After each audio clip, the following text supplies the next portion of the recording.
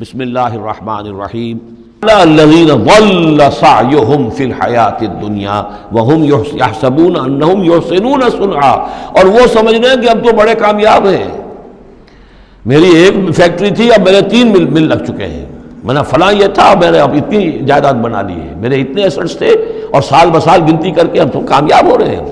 وہ سمجھتے ہیں کہ ہم کامیاب ہیں، ہماری محنتیں برابر ہو رہی ہیں، ہماری یہ دن رات کی کوشش جو ہے وہ نتیجہ خیز ہو رہی ہے۔ اولئک الذین کفروا بآیات ربہم، یہ وہ لوگ ہیں جنہوں نے اپنے رب کی آیات کا انکار کیا، چاہے کہتے ہو کہ ہم اللہ کو مانتے ہیں، قرآن کو مانتے ہیں، لیکن حقیقتاً اگر طالب دنیا ہے تو گویا کہ وہ اللہ کی آیات کا انکار کر رہا ہے۔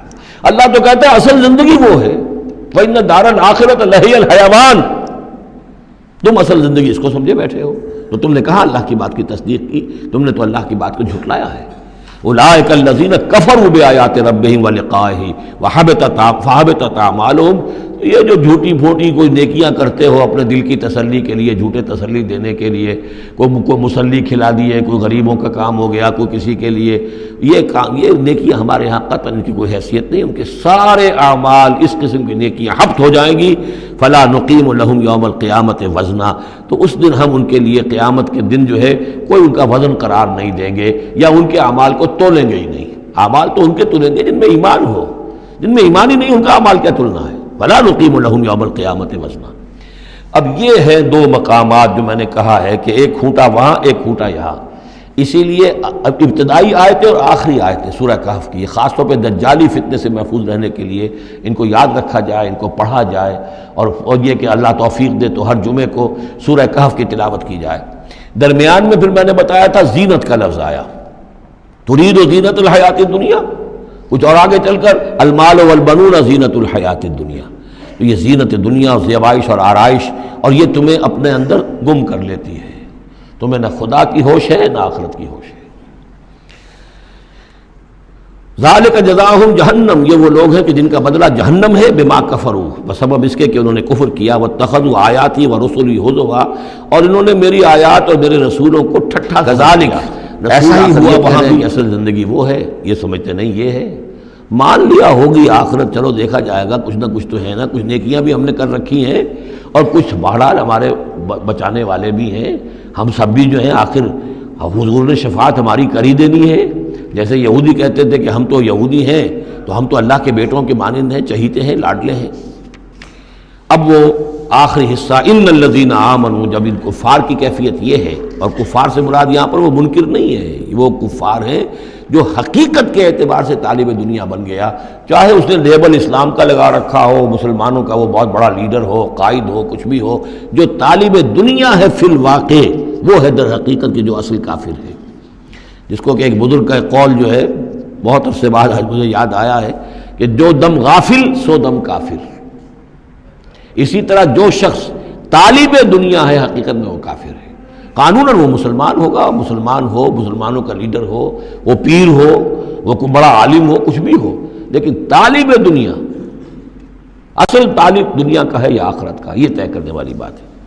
ان الذین آمنوا وعملوا الصالحات کانت لہم جنات الفردوس نزلا، اس کے برعکس وہ لوگ جو ایمان لائے اور جنہوں نے نیک عمل کیے، ایمان کے سارے تقاضوں کو بھرپور طور پہ ادا کیا، یہ وہ لوگ ہوں گے جن کے لیے ٹھنڈی چھاؤں والے باغات ہوں گے، ان کے وہاں پر مہمان نوازی نزل ہوگی، نزل ابتدائی، بڑی اونچی جو ہے اس کائنات کے اندر گیلیکسیز ہیں، کہاں کہاں پہ جنتیں ملیں گی، اہل جنت کو اس کا آپ تصور بھی نہیں کر سکتے۔ اس میں تو یہاں تک آتا ہے کہ ایک اوپر کے درجے والے کو نیچے درجے والا جنتی ایسے دیکھے گا جیسے تم زمین پر بیٹھ کے ستاروں کو دیکھتے ہو۔ یہ پوری کائنات آخر کس لیے بنائی ہوئی اللہ نے؟ کتنے اور سیارے ہیں اور کتنی اور جگہ ہوں گی، کہاں کہاں اللہ تعالیٰ جو ہے جنتیں دے گا، لیکن پہلی نزول جو ہے یہی ہونا ہے، اسی زمین پر، قصہ زمین برسر زمین۔ خالدین فیہا، اس میں وہ ہمیشہ ہمیشہ رہیں گے، لا یبغون عنہا حولا، اور ان کے لیے، اور پھر وہ نہیں چاہیں گے کہ اس سے ان کو کہیں اور بھیج دیا جائے، یعنی یہ کہ جنت ایسی جگہ نہیں ہے جہاں جی اکتا جائے۔ آپ دنیا میں تو اچھی سے اچھی جگہ کا تصور کریں، مستقل رہنا پڑے گا طبیعت اکتا جائے گی۔ کشمیر میں جو رہتے ہیں ان سے پوچھئے کہ کیا وہاں خوبصورتی انہیں تو نظر نہیں آتی، سوئٹزرلینڈ والوں سے پوچھئے کہ یہاں کی بہت خوبصورتی ہے، انہیں تو کہیں نظر نہیں آتی، ان کے لیے تو مصیبت ہی مصیبت ہے، ہر وقت برف کے طوفان ہیں اور یہ ہے اور وہ ہے، لیکن یہ کہ ہمارے لیے تصور اور ہے۔ بدترین جگہ بھی دنیا کے اندر جو ہے وہ ایسی ہے کہ جہاں تھوڑی دیر کے لیے آدمی جائے گا تو وہاں اسے کچھ چینج کی وجہ سے کچھ ریکریشن ہو جائے گی، لیکن زیادہ دیر ٹھہرنا پڑے گا تو مصیبت ہو جائے گی۔ اور بہترین جگہ بھی وہ ہے کہ جہاں مستقل رہنا پڑا تو پھر یہ کہ وہ اس کے لیے بور ہو جائے گا وہ۔ لیکن جنت ایسی جگہ ہے کہ وہاں سے پھر آدمی کہیں ٹلنا نہیں چاہے گا۔ دو آخری وہ آیات، اب یہ پھر توحید کے دو بہت بڑے خزانے۔ قل لو کان البحر مدادا لکلمات ربی لنفد البحر قبل ان تنفد کلمات ربی ولو جئنا بمثلہ مددا۔ سورہ بنی اسرائیل کی آیت میں اللہ کے اسماء کا ذکر تھا۔ قل ادعوا اللہ او ادعوا الرحمن ایما تدعوا فلہ الاسماء الحسنی۔ یہاں اللہ کے کلمات کا ذکر ہے، اور کلمات سے مراد کیا ہے؟ اللہ کی ہر شے جو اس نے پیدا کی ہے اس کے ایک کلمہ کن کا ظہور ہے۔ کل مخلوقات اس کے کلمات ہیں۔ تو کیا کوئی انسان ہے جو اللہ کی جملہ مخلوقات کا احاطہ کر سکے؟ اگر اس زمین کا پورا سمندر جو ہے وہ سیاہی بن جائے اپنے رب کے کلمات کو لکھنے کے لیے، سمندر ختم ہو جائے گا لیکن اللہ کے کلمات ختم نہیں ہوں گے، چاہے اتنی ہی اور بھی اس کے لیے سمندر لے آئیں سیاہی بنا کر۔ ایک اور جگہ بھی مضمون یہ آیا ہے کہ تمام زمین کے جتنے بھی درخت ہیں وہ قلم بنا لیے جائیں، اور جتنے سمندر ہیں اور ان کو 7 گنا سمندر بنا دیا جائے، اور وہ تمام قلم جو ہے لکھنے لگے اللہ کے کلمات کو نہیں لکھ سکتے۔ وہ سمندر ختم ہو جائیں گے، سیاہی ختم ہو جائے گی، اقلام ختم ہو جائیں گے۔ وَلَوْ أَنَّ مَا فِي الْأَرْضِ شَجَرٌ وَأَقْلَامٌ، یہ الفاظ آئیں گے انشاءاللہ تعالی۔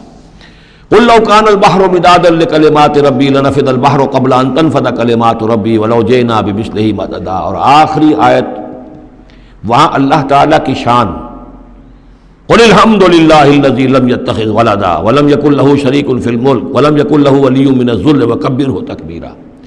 اب شکل کیا ہوتی ہے شرک میں؟ یا تو اللہ کو اوپر سے اتار کر نیچے لے آتے ہیں، انسانوں کی صف میں، مخلوقات کی صف میں کھڑا کر دیا، یا انسانوں میں سے کسی کو اٹھا کر اور خدا کے برابر کر دیا۔ وہاں اس کی نفی ہے، اللہ کا بلند مقام۔ یہاں انسانوں کو کہیں خدا کے برابر شریک نہ کر دو، تو یہاں فرمایا قل انما انا بشر مثلکم، اے نبی کہہ دیجئے میں بھی تمہاری طرح کا ایک انسان ہوں۔ یوحا الی انما الہکم الہ واحد، مجھ پر وحی کی جا رہی ہے کہ تمہارا الہ ایک ہی الہ ہے، اکیلا ہے۔ فمن کان یرجو لقاء ربہ، تو دیکھو جو کوئی بھی اپنے رب سے ملاقات کا امیدوار ہو، فلیعمل عملا صالحا، اسے عمل کرنے چاہیے نیک، ولا یشرک بعبادت ربہ احدا، اور اپنے رب کی عبادت میں کسی کو شریک نہیں کرنا چاہیے۔ عبادت خالص اللہ کی ہو، توحید عملی، لا تعبدوا الا ایاہ، قضى ربک الا تعبدوا الا ایاہ وبالوالدین احسانا۔ یہ کہ جیسے حضرت مسیح کو خدا بنا دیا، یا فرشتوں کو خدا کی بیٹیاں بنا دیا، یا جیسے ہمارے ہاں بھی میں نے آپ کو وہ شعر سنایا تھا، وہی جو مستوی عرش تھا خدا ہو کر اتر پڑا وہ مدینے میں مصطفیٰ ہو کر، اب محمد الرسول اللہ صلی اللہ علیہ وسلم کو خدا بنا دیا، یا یہ کہ حضرت علی کو خدا بنا دیا۔ ہر چند علی کی ذات نہیں ہے خدا کی ذات، لیکن نہیں ہے ذات خدا سے جدا علی۔ اور غالب صاحب کہتے ہیں کہ مشغول حق ہوں بندگی ابو تراب میں، میں جب حضرت ابو تراب حضرت علی کی بندگی کرتا ہوں تو میں گویا کہ در حقیقت اللہ کی بندگی کر رہا ہوں۔ اور یہاں آغا خانیوں میں جو ہے 10 اوتار ہیں حضرت علی، 9 اوتار ہندوؤں کے پہلے تھے، 10ویں اوتار حضرت علی ہیں۔ تو یہی کچھ ہوتا ہے۔ قل انما انا بشر مثلکم یوحا الی انما الہکم الہ واحد فمن کان یرجو لقاء ربہ فلیعمل عملا صالحا ولا یشرک بعبادت ربہ احدا۔